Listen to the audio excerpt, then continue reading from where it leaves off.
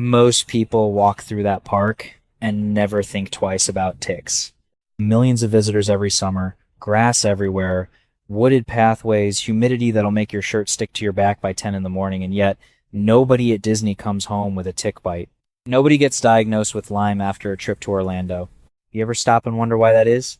I spent 38 years walking the woods of Pennsylvania pulling ticks off dogs, pulling them off myself, pulling them off fence posts and deer trails and creek banks. I know what tick country looks like, and I'll tell you something right now. A lot of what Disney is sitting on looks exactly like tick country. Warm, humid, patchy grass, wildlife corridors right up against the park edges. By every measure I know, that place should be crawling with them, but it isn't, and the reason costs about $1, maybe less. Now, the pest control companies in your county charge $400, $500 to treat your yard once, sometimes more. They'll come out with a backpack sprayer and a smile and tell you it's complicated, that you need professional grade chemicals, that you need a service contract. I've watched that pitch from the inside, and I can tell you what it really is. It's a business model, not a solution. Because the solution, the real one, is so simple and so cheap that they can't build a subscription around it. Disney figured that out. Or rather, they hired people who knew it, and those people never told anyone outside the gates. Here's what's actually happening down there, and why you can do the same thing at your property this weekend for the cost of a coffee. The first thing you need to understand is where ticks actually live, not where people think they live. Most folks picture a tick dropping out of a tree onto your head. That's not how it works. Ticks don't fly. They don't jump. They can't even see you coming. What they do is something called questing, and once you understand this, everything else makes sense. A tick climbs to the tip of a blade of grass or a low leaf, holds on with its back legs, and stretches its front legs out waiting. It detects carbon dioxide, body heat, even the vibration of footsteps. When something warm brushes by close enough, it grabs on. That's it. That's the whole strategy. 30 million years of evolution, and it comes down to waiting at the edge of a blade of grass. And this tells you something important. The problem isn't your whole yard. The problem is the edge. The boundary where your mowed lawn meets taller grass, leaf litter, brush, or wood. Ecologists call it the transition zone. I've always just called it the tick line. You cross that line without protection, you're walking into their territory. Stay on maintained turf, you're mostly fine. Disney's entire ground management strategy is built around eliminating that line. Their transition zones are maintained with a precision that most homeowners would never bother with, and most pest control companies would never tell you to bother with, because there's no profit in telling you to mow your edges.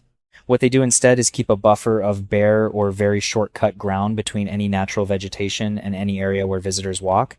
No leaf litter allowed within about 3 feet of a pathway.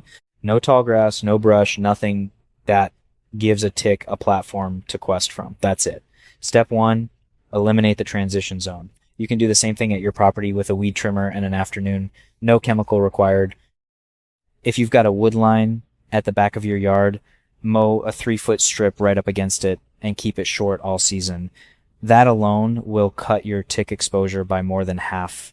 A study out of the Northeast in the 90s, I read it in a trade publication back when I was still active, found that over 60% of tick encounters on residential properties happened within 3 feet of a wood edge or brush line.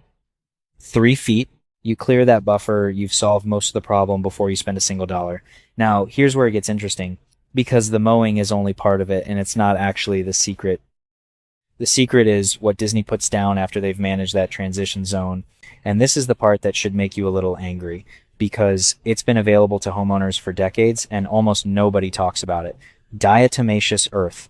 That's what I'm talking about. Pharmaceutical grade, food grade diatomaceous earth, the kind you can buy at a farm supply store or online for $2 or $3 a pound.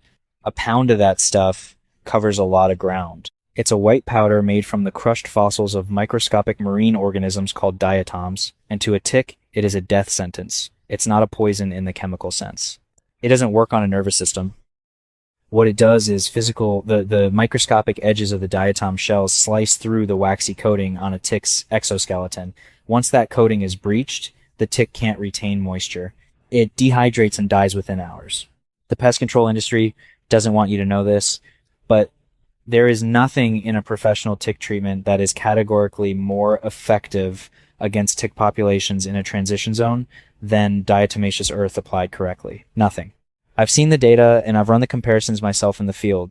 The difference is that their synthetic pyrethroids cost more, sound more scientific, and give them a reason to come back next season.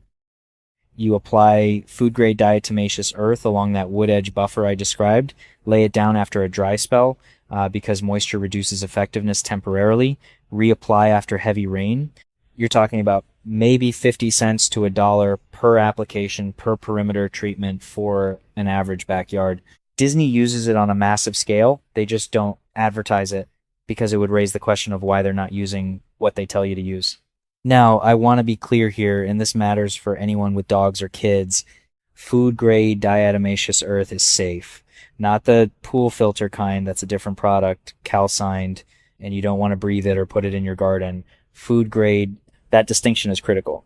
When it's applied dry and allowed to settle, it's safe around pets and children. I've used it in kennels. I've seen it used around children's play areas. The only precaution is don't breathe in the dust while you're applying it. Wear a basic dust mask, same as you would with any fine powder.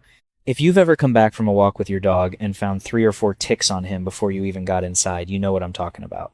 You know, that feeling, the checking, the parting of the fur, the dread when your fingers find something soft and round that wasn't there before. That kind of exposure doesn't have to be your normal. Disney also does something with their drainage. Standing water and dense mulch near walkways hold moisture, and moisture extends tick survival. In dry conditions, tick populations drop significantly.